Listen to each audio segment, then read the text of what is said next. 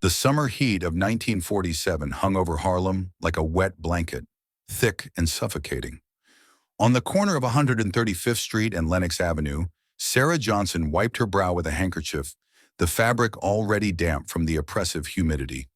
She was 62 years old, a woman who had raised her nephew Ellsworth Raymond Johnson, the man everyone called Bumpy, through some of the hardest years any child could endure.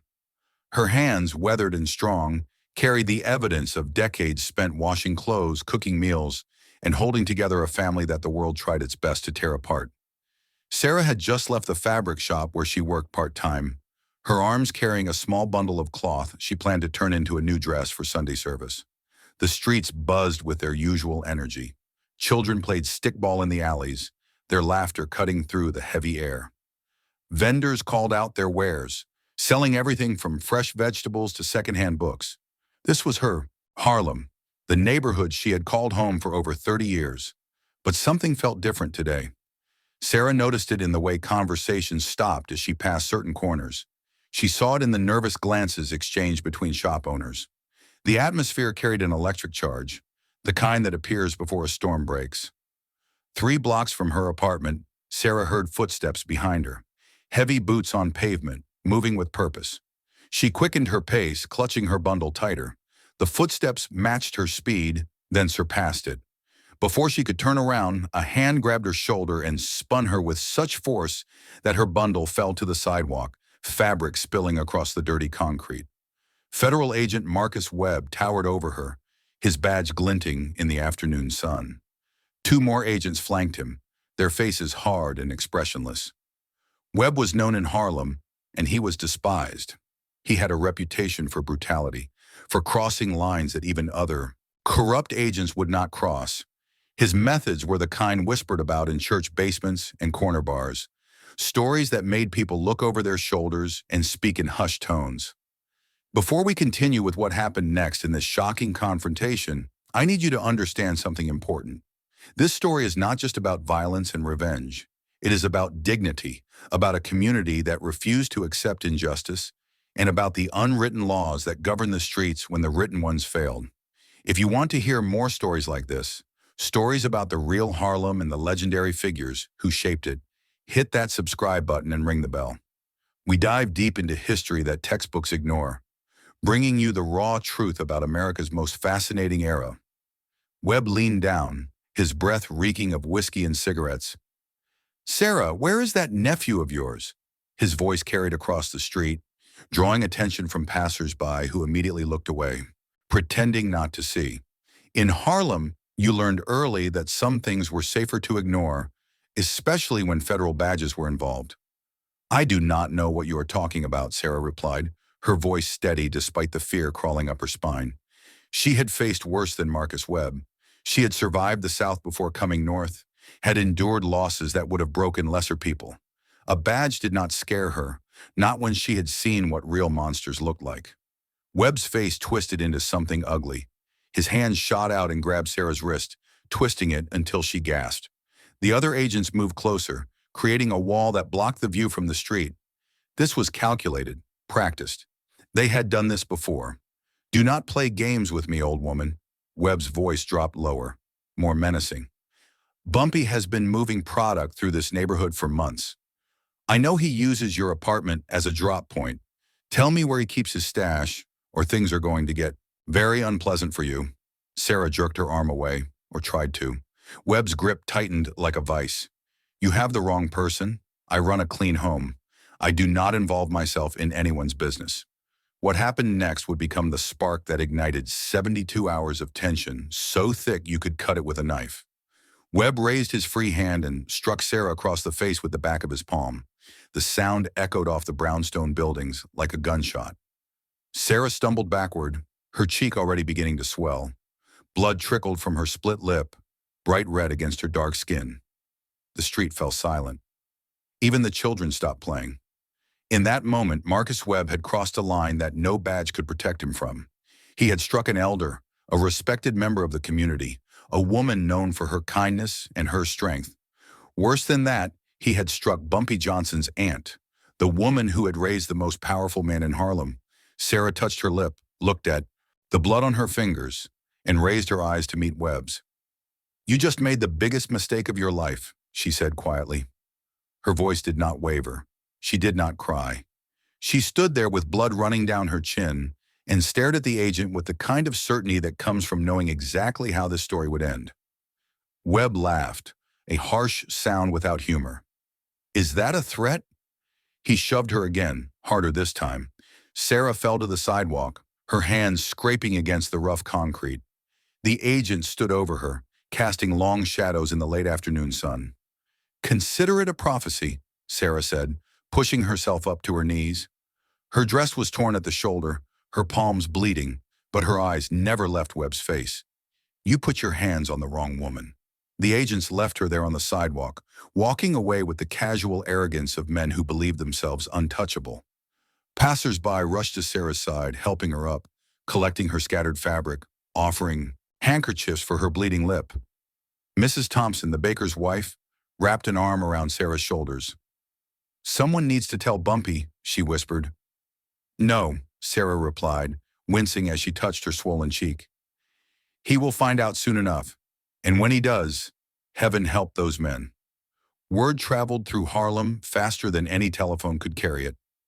By the time Sarah reached her apartment, the story had already spread through 6 blocks. By dinner time, every bar, every pool hall, every corner where men gathered had heard about what happened to Bumpy Johnson's aunt. The details grew with each telling, but the core remained the same. A federal agent had beaten an innocent woman in broad daylight, and not just any woman. Sarah Johnson, the matriarch of one of Harlem's most respected families. Bumpy Johnson was in a meeting when the news reached him. He sat in the back room of Small's Paradise, a nightclub on 7th Avenue, discussing territory arrangements with associates from Brooklyn. The door burst open without warning, and Junie Bird, one of Bumpy's most trusted men, stood in the doorway, breathing hard like he had run the entire way. "Boss, we have a situation." Junie's face was grim. "It is about your Aunt Sarah." The room fell silent. Everyone knew what Sarah meant to Bumpy. She was not just family. She was the woman who had saved him from the streets when he was a boy, who had fed him when he was hungry, who had stood between him and danger more times than anyone could count. She was the reason Bumpy had survived long enough to become the man he was. Bumpy stood slowly, his movements controlled, but his eyes blazing. "What happened?" Junie explained everything. The confrontation on 135th Street, Agent Webb and his men, the assault, Sarah's bleeding face, her torn dress. Every word made Bumpy's jaw tighter, his hands clench harder. When Junie finished, the silence in the room was absolute. "Where is she now?" Bumpy's voice was quiet, dangerously so. "Back, at her apartment. Mrs. Thompson is with her. The doctor came by to check her over. She has a split lip, bruised ribs, and her wrist is sprained." Bumpy turned to the men at the table. "Our meeting is over." He looked at each face in turn. "I want information on Marcus Webb, where he lives, where he drinks, who he talks to, what route he takes home. I want to know everything about him within 12 hours. The men scattered like leaves in a storm, each knowing their role without needing further instruction. This was how Bumpy's organization worked. Silent, efficient, and absolutely loyal. They understood what was coming, and they understood their place in it. Bumpy went straight to Sarah's apartment. He climbed the 3 flights of stairs 2 at a time, his mind racing through possibilities and plans. When he opened the door, he found his aunt sitting in her favorite chair by the window, a cold compress held to her face. She looked up when he entered, and despite everything, she smiled. "I knew you would come," she said softly. Bumpy knelt beside her chair, gently taking her hand. His expression was a mix of fury and pain as he examined her injuries. The swelling had worsened, turning her cheek purple and black. Her lip was split in 2 places. Bruises showed around her wrist where Webb had grabbed her. "I am so sorry this happened to you," Bumpy said, his voice thick with emotion. "This should never have happened." Sarah cupped his face with her uninjured hand. "Listen to me, Ellsworth." She used his given name, the one almost no one called him anymore. "Whatever you are planning, whatever you are thinking, you need to be smart about this. That man has a badge. If you go after him the wrong way, they will use it as an excuse to tear this neighborhood apart. Bumpy nodded, but his eyes told a different story. There is a right way to do this, and I promise you, Aunt Sarah, justice will be served. He kissed her forehead gently and stood. You rest now. I have people who will watch over you. No one will touch you again. That night, Bumpy's network went into action. Information flowed in from a dozen different sources. Marcus Webb was not just a dirty agent. He was a cancer in the federal system, a man who used his badge as a weapon and his position as a shield. He had been shaking down businesses for protection money. He had been stealing confiscated drugs and selling them back on the streets. He had beaten suspects, planted evidence, and falsified reports. But more importantly, Webb had enemies. Other agents who resented his methods and his arrogance. Criminals who wanted him gone but lacked the courage to act. Even his own partners were tired of cleaning up his messes. The information Bumpy gathered painted a picture of a man who had made enemies in every direction, a man who had climbed too high and burned too many bridges. By midnight, Bumpy had a plan. It was elegant in its simplicity and brutal in its execution. He would not touch Webb directly. That would bring too much heat, too much attention. Instead, he would create a situation where Webb would destroy himself, where his own corruption and violence would be his downfall. The next morning, exactly 24 hours after the assault on Sarah, Marcus Webb woke up to find his car had a flat tire. Cursing, he went to change it and discovered all 4 tires had been slashed. His frustration mounting, he called for a taxi to take him to the federal office downtown. The taxi never came. After waiting for 30 minutes in the heat, Webb started walking, his anger building with each step. On the subway platform, a young man accidentally bumped into Webb, spilling coffee on his suit jacket. Webb shoved the man away with enough force to send him stumbling into a support column. The incident drew attention from other passengers, but no one intervened. They simply watched with the careful neutrality of people who knew trouble when they saw it. At the office, Webb's day deteriorated further. His supervisor called him in for a meeting about irregularities in his arrest reports. Evidence had gone missing from the lockup, and Webb's name appeared on the sign-out sheet. Webb denied everything, his voice rising as he defended himself. The meeting ended with a warning and a notation in his personnel file. By noon, Webb was a powder keg ready to explode. He needed a drink, and he needed to reassert his authority. He decided to return to Harlem, to the neighborhood where he believed people feared him, where his badge meant something. It was exactly what Bumpy knew he would do. Webb entered a bar on 132nd Street, a place known as neutral territory, where criminals and cops could drink side by side as long as everyone minded their business. He ordered whiskey and drank it fast, then ordered another. The bartender, a man named Ellis who had worked with Bumpy's people for years, kept the drinks coming and the conversation light. After his 4th drink, Webb started talking. He bragged about how he had put that old woman in her place, how Bumpy Johnson better watch his back, how nobody in Harlem could touch him because he had the law on his side. Ellis nodded and poured drinks and said nothing, but his ears caught every word. In the corner booth, 3 men in plain clothes listened just as carefully, recording everything on a device hidden under their table. Webb left the bar 2 hours later, drunk and belligerent. He stumbled down the street, shouting at people who looked at him wrong, pushing pedestrians aside. This was the Marcus Webb that people feared, the one without restraint or conscience. But today, his performance had an audience. The 3 men from the corner booth followed at a distance. They were not Bumpy's men.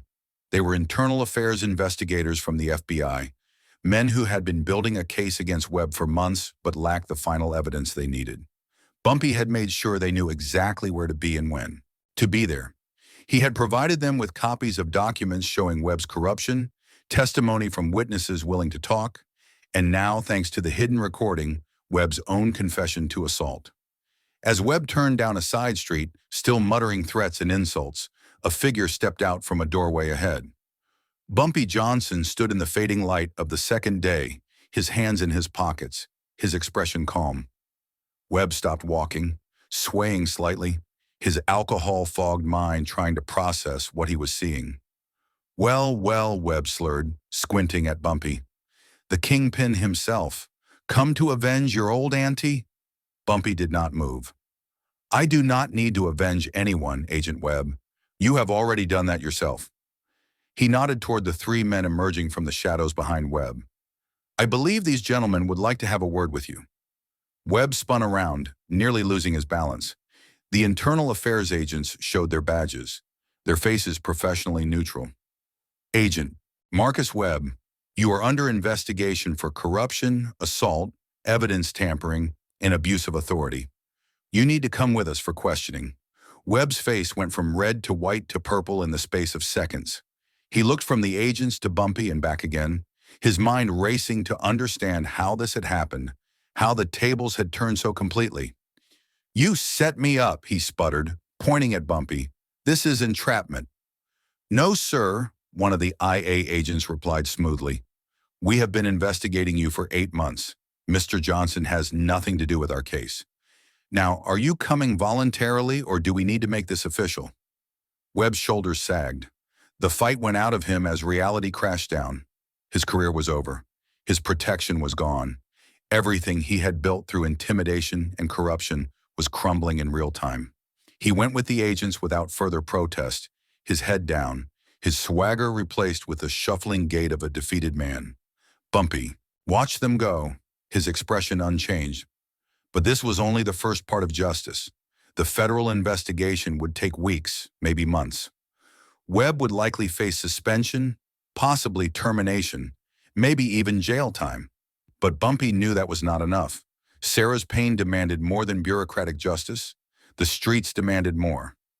On the third day, exactly 72 hours after Webb had struck Sarah Johnson, Marcus Webb discovered what true fear felt like. He had been suspended pending investigation, his badge and gun confiscated. His apartment building, once a refuge, now felt like a trap. His neighbors avoided eye contact. The doorman who usually greeted him pretended not to see him enter. Webb spent the day pacing his apartment, drinking straight from a bottle of bourbon, replaying everything that had gone wrong. He had ruled Harlem through fear for 3 years, and in 72 hours it had all fallen apart. He should have seen it coming. He should have known that. Touching Sarah Johnson would bring consequences. But his arrogance had blinded him. His sense of invincibility had made him careless. As darkness fell on that third night, Webb made a decision. He would leave New York, start over somewhere else. He packed a bag with clothes and what cash he had hidden in his apartment. He would take the late train to Philadelphia, then figure out his next move from there. Staying in the city was too dangerous now, especially without his badge to protect him. Webb left his apartment building through the back entrance, pulling his collar up and keeping his head down. The streets were quieter than usual, or maybe it just seemed that way to his paranoid mind. Every shadow looked suspicious. Every sound made him flinch. He walked quickly toward the subway station 6 blocks away, his bag clutched tight against his chest. He never made it to the station. 3 blocks from his building, in an alley between a closed barbershop and a laundromat, 4 men stepped out of the darkness. Webb recognized 2 of them, enforcers from Bumpy's organization. His hand went instinctively to his hip, but his gun was not there anymore. The agents had taken it. The men did not speak. They did not need to. Webb understood exactly why they were there and what was about to happen. He tried to run, but his legs, weakened by 3 days of stress and alcohol, would not cooperate. He made it 5 steps before they caught him. What happened in that alley over the next 15 minutes was something no one would speak about directly. Not then, and not for years afterward. The details became urban legend, whispered stories that grew with each telling. What is known for certain is this. Marcus Webb entered that alley as a man who had terrorized a neighborhood. He left as someone fundamentally changed. When the beating ended, Webb lay on the dirty pavement, conscious but barely. His right leg was shattered in 3 places, the bones showing white through torn flesh and fabric. His face was a mask of blood and swelling. Several ribs were broken, making each breath an agony. But he was alive, and he would stay alive. That was part of the message. One of the men knelt beside Webb's broken body. Bumpy Johnson wants you to remember something, the man said quietly. Every time you take a step, every time your leg aches in the rain, Every time you struggle to stand, remember Sarah Johnson. Remember that you put your hands on her. Remember that in Harlem, some things cannot be forgiven and some debts must be paid. They left him there in the alley. It was a garbage collector who found Webb the next morning, called for an ambulance, and watched as paramedics loaded the broken agent onto a stretcher. The police came and asked questions, but Webb said nothing. He knew that speaking would only make things worse, that some battles were already lost. He spent 6 weeks in the hospital, underwent 4 surgeries on his leg, and faced the reality that he would never walk without a cane again. The federal investigation concluded 3 months later. Marcus Webb was fired from the FBI, lost his pension, and faced multiple criminal charges. He pled guilty to corruption and assault, receiving a prison sentence of 7 years. When he finally got out, he left New York and never returned. He spent the rest of his life in a small town in Ohio, working as a security guard at a shopping mall, limping through each day as a shadow of the man he once was. Sarah Johnson recovered from her injuries over the following weeks. The swelling went down, the bruises faded, and her wrist healed. But something had changed in her, too. She became quieter, more watchful. She never forgot the feeling of being helpless, of being struck by someone who was supposed to represent justice. And she never forgot how her nephew had made things right, had found a way to deliver justice without bringing war to their doorstep. The story of what happened became legend in Harlem. It was told in barbershops and beauty parlors, in pool halls and church basements. The details varied depending on who told it, but the core remained constant. A dirty agent had beaten an innocent woman. 72 hours later, that agent's life was destroyed and he would never walk right again. The message was clear. In Harlem, there were consequences for cruelty, even for those who wore badges. Bumpy Johnson never spoke publicly about the incident. When asked, he would simply say that justice had a way of finding those who deserved it. But those close to him knew the truth. He had orchestrated one of the most perfect examples of street justice the neighborhood had ever seen. He had destroyed Webb's career through legitimate channels, providing evidence to investigators who were already looking for it. And then, when the law had done what it could, the streets had done what the law could not. The incident changed how federal agents operated in Harlem. The casual brutality that men like Webb had practiced became rarer. Agents learned to treat community members with more respect, to understand that badges did not grant unlimited power, especially not in neighborhoods that had their own systems of justice. The balance of power shifted, not dramatically, but enough to matter. Sarah lived another 12 years after the incident, dying peacefully in her sleep at age 74. At her funeral, the church was packed with people from across Harlem, from wealthy businessmen to street hustlers, all coming to pay respects to a woman who had represented dignity and strength. Bumpy Johnson delivered the eulogy, his voice breaking only once, when he talked about how his aunt had taught him that true power was not about fear, but about protecting those who could not protect themselves. The story of Sarah Johnson and Marcus Webb became a parable, a cautionary tale told to new generations. It taught that arrogance leads to downfall, that cruelty demands consequences, and that sometimes justice works through channels that law books do not acknowledge. It reminded people that communities have long memories, that debts can take years to be paid but are never truly forgotten. In the end, the incident was about more than revenge. It was about dignity, about the unwritten laws that govern streets where written laws failed, about a community that refused to accept injustice even when that injustice wore a badge.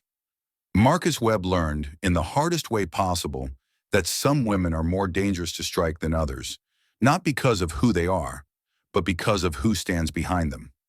The scar Webb carried for the rest of his life, both physical and psychological, served as a permanent reminder of what happens when power is abused, when respect is abandoned, when a man believes himself untouchable. He never walked right again, just as the prophecy Sarah had spoken on that hot summer day had promised. Every painful step was a reminder of 72 hours that changed everything, of the moment when a bully discovered that fear can flow in both directions. Years later, when historians studied the power dynamics of mid-century Harlem, they would often overlook incidents like this. The official records mentioned Webb's corruption case, but not the full story. The truth lived in oral histories, in stories passed from generation to generation, in the collective memory of a community that understood justice came in many forms. Bumpy Johnson would go on to become one of the most influential figures in Harlem history, his legend growing with each passing year. But those who knew him best would say that the incident with Marcus Webb revealed something fundamental about his character. He was not just a criminal or a gangster. He was a protector, a man who understood that power without responsibility was tyranny, that strength without compassion was cruelty. The barber shop where Sarah had bought her fabric closed years ago, replaced by a modern storefront. The alley where Webb met his fate has been cleaned up, gentrified, turned into something respectable. The people who witnessed these events have mostly passed away, taking their first-hand accounts with them. But the story survives, adapted and retold, because it speaks to something universal about justice, about consequences, about the price of cruelty. In the end, the story of Dirty Agent Webb and Sarah Johnson is about choices and consequences. Webb chose to abuse his power, to strike an innocent woman because he thought his badge made him invincible. That choice led directly to his downfall, to 72 hours that unraveled his life, to injuries that marked him forever. Sarah chose dignity over fear, standing up to a bully even as she bled. Bumpy chose calculated justice over impulsive revenge, finding a way to destroy his enemy that satisfied both the law and the streets. These choices, made in the crucible of a hot Harlem summer, rippled outward in ways none of them could have fully anticipated. They changed how power operated in the neighborhood, how respect was negotiated between authorities and communities, how legends were born from real events. The story became larger than the people in it, transformed from a specific incident into a universal lesson about justice, power, and the price of crossing lines that should never be crossed. Webb spent his remaining years in obscurity, a broken man whose moment of arrogance cost him everything. Sarah spent her final years surrounded by love and respect, secure in the knowledge that when she had been wronged, the wrong had been righted. And Bumpy continued to navigate the dangerous waters between legitimacy and the streets, always remembering the lesson his aunt had taught him without words: that true power protects the vulnerable, that justice sometimes requires patience, and that some debts must always be paid in full. The hot summer day when it all began faded into history, but its echoes never completely disappeared. In the stories told by old-timers, in the warnings given to young people about respect and consequences, in the way communities remembered their heroes and villains, the incident lived on. It became part of the fabric of Harlem itself, woven into the neighborhood's identity as surely as the brownstones and the jazz clubs, and the endless stories of survival and triumph. Marcus Webb walked with a cane for the rest of his life, each step a reminder of 72 hours in the summer of 1947. Every time his leg ached, every time he struggled to climb stairs, every time someone noticed his limp and asked what happened, he relived those moments. The arrogance that had defined him turned to bitter regret, the swagger replaced by the painful shuffle of a man who learned too late that actions have consequences, that power is temporary, and that some women are protected by forces no badge can overcome.